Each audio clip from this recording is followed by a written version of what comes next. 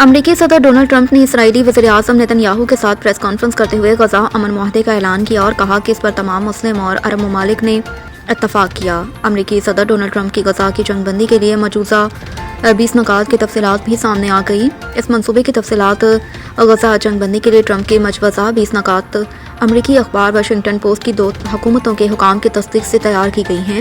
Report کے مطابق ان نکات میں فوری جنگ بندی، موجودہ جنگی محاذوں کو منجمد کرنا، 48 گھنٹوں کے اندر تمام 20 زندہ یرغمالیوں کی رہائی اور 24 مردہ یرغمالیوں کی باقیات کی واپسی شامل ہے۔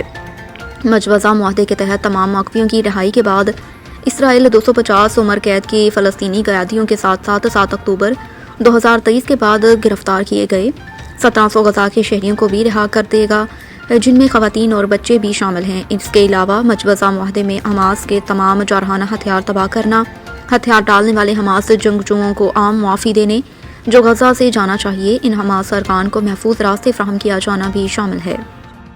امریکی صدر ٹرمپ کی جانب سے غزہ کی جنگ کا خاتمہ کرنے کے بیان پر 8 مسلم ممالک کے مشترکہ بیان پر ترجمان دفتر خارجہ کا رد عمل بھی سامنے آ گیا۔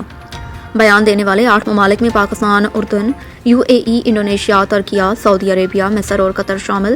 ترجمان کی جانب سے جاری بیان کے مطابق وزرائے خارجہ نے صدر ڈونلڈ ٹرمپ کی قیادت اور امن کی کوششوں کا خیر مقدم کیا، غزہ جنگ ختم کرنے اور فلسطینیوں کی بے دخلی روکنے کے امریکی اعلان کا خیر مقدم کیا۔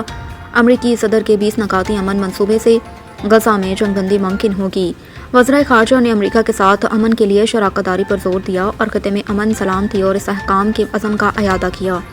ترجمان کے مطابق 2 ریاستی حل اور فلسطینی ریاست کے قیام کی حمایت کی گئی، غزہ کی تعمیر نو اور اسرائیلی انخلا پر زور دیا۔ وزرائے خارجہ نے معاہدے پر عمل درآمد یقینی بنانے کے لیے تعاون کا اعلان کیا۔ سپریم ہائی کورٹ کے آئینی بینچ نے جسٹس طارق محمود جہانگیری کو کام سے روکنے کا اسلام آباد ہائی کورٹ کا عبوری حکم نامہ کالعدم قرار دے دیا۔ آئینی بینچ نے جسٹس طارق جہانگیری کی اپیل منظور کر لی۔ دوران سماعت اٹارنی جنرل منصور عثمان عوان روز ٹرمپ پر آئے اور کہا کہ ایک جج کو عبوری آرڈر کے ذریعے جوڈیشل ورک سے نہیں روکا جا سکتا۔ جسٹس امین الدین خان نے میاں داؤد سے استفسار کیا کہ فریق میاں داؤد آپ کی کیا رائے ہے؟ میاں داؤد نے کہا کہ میری بھی یہی رائے ہے کہ ایک جج کو جوڈیشل ورک سے نہیں روکا جا سکتا۔ سپریم کورٹ نے ریمارکس دیے کہ ایک جج کو عبوری حکم کے ذریعے جوڈیشل ورک سے ہائی کورٹ نہیں روک سکتی۔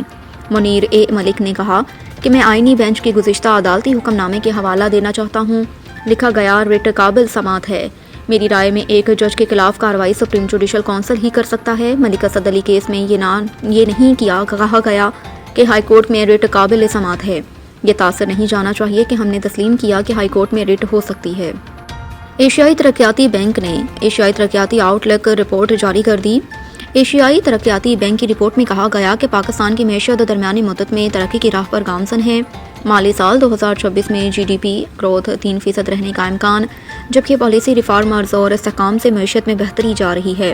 رپورٹ کے مطابق 2026 میں مہنگائی کے 6% بڑے تک ٹکرانے کا امکان، گیس ٹیرف میں اضافے سے بھی مہنگائی میں اضافہ ہوگا، جبکہ مرکزی بینک مہنگائی کنٹرول کرنے کے لیے محتاط مانیٹری پالیسی اپنائے گا۔ رپورٹ میں مزید کہا گیا کہ IMF پروگرام کے تحت پاکستان میں معاشی اصلاحات میں پیش رفت ہوئی۔ پاکستان کی ترقی کے امکانات مثبت لیکن ڈھانچہ جاتی چیلنجز برقرار ہے، جبکہ تعمیراتی شعبے کے لیے بجٹ میں دی گئی مراعات جزوی طور پر مکانات نقصانات کم کریں گے۔ ADB رپورٹ کے مطابق بار بار آنے والی قدرتی آفات اور حالیہ سیلاب ترقی کے لیے خطرہ ہے۔ سیلاب سے انفراسٹرکچر اور زرعی اراضی کا نقصان شرح نمو پر دباؤ ڈالے گا، جبکہ سیلاب سے سپلائی چین متاثر اور خوراک کی قیمتوں میں اضافہ متوقع ہے۔ کراچی میں آج دوپہر کے بعد آندھی اور گرج چمک کے ساتھ ہلکی سے متعدل بارش کا امکان۔ محکمہ موسمیات کے مطابق ہوا کا کم دباؤ بھارتی گجرات پر موجود ہے اور سسٹم کو بحیرہ عرب سے نمی کی صورت میں تقویت مل رہی ہے۔ محکمہ موسمیات کا بتانا ہے کہ سسٹم مزید شدت اختیار کر کے ڈپریشن میں تبدیل ہو سکتا ہے، جبکہ سسٹم کل تک شمالی بحیرہ عرب میں داخل ہو سکتا ہے۔ محکمہ موسمیات کا کہنا ہے کہ سسٹم کی بحیرہ عرب میں آنے کے بعد سمندر میں طغیانی ہو سکتی ہے، جس کے باعث ٹھٹھا، بدین، سجاول، تھرپارکر، مٹھی اور عمرکوٹ میں اس سسٹم کے زیر اثر آج اور کل بارش کا امکان ہے۔ اس کے علاوہ کراچی میں آج دوپہر کے بعد آندھی اور گرج چمک کے ساتھ ہلکی سے متعدل بارش کا امکان۔ شہر میں 30 سے 40 کلومیٹر فی گھنٹہ یا اس سے زائد رفتار سے تیز ہوائیں چلنے کا امکان ہے۔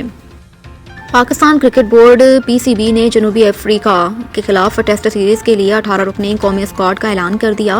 شان مسعود ٹیسٹ ٹیم کی قیادت جاری رکھیں گے، جبکہ آصف افریدی، فیصل اکرم اور روہیل نذیر کو پہلی مرتبہ قومی ٹیسٹ اسکواڈ کا حصہ بنایا گیا۔ پاکستان اور جنوبی افریقہ کے درمیان پہلا ٹیسٹ 12 سے 16 اکتوبر کو لاہور کے قذافی اسٹیڈیم میں کھیلا جائے گا۔ دوسرا ٹیسٹ 20 سے 24 اکتوبر کو راولپنڈی میں کھیلا جائے گا۔ ٹیسٹ سیریز کی تیاری کے لیے کیمپ 30 ستمبر سے 8 اکتوبر تک لاہور میں جاری رہے گا۔ پہلے ٹیسٹ سے قبل اسکواڈ کو مزید مختصر کیا جائے گا۔ ایشیا کپ کھیلنے والے کھلاڑی 4 اکتوبر کو اسکواڈ کو جوائن کریں گے۔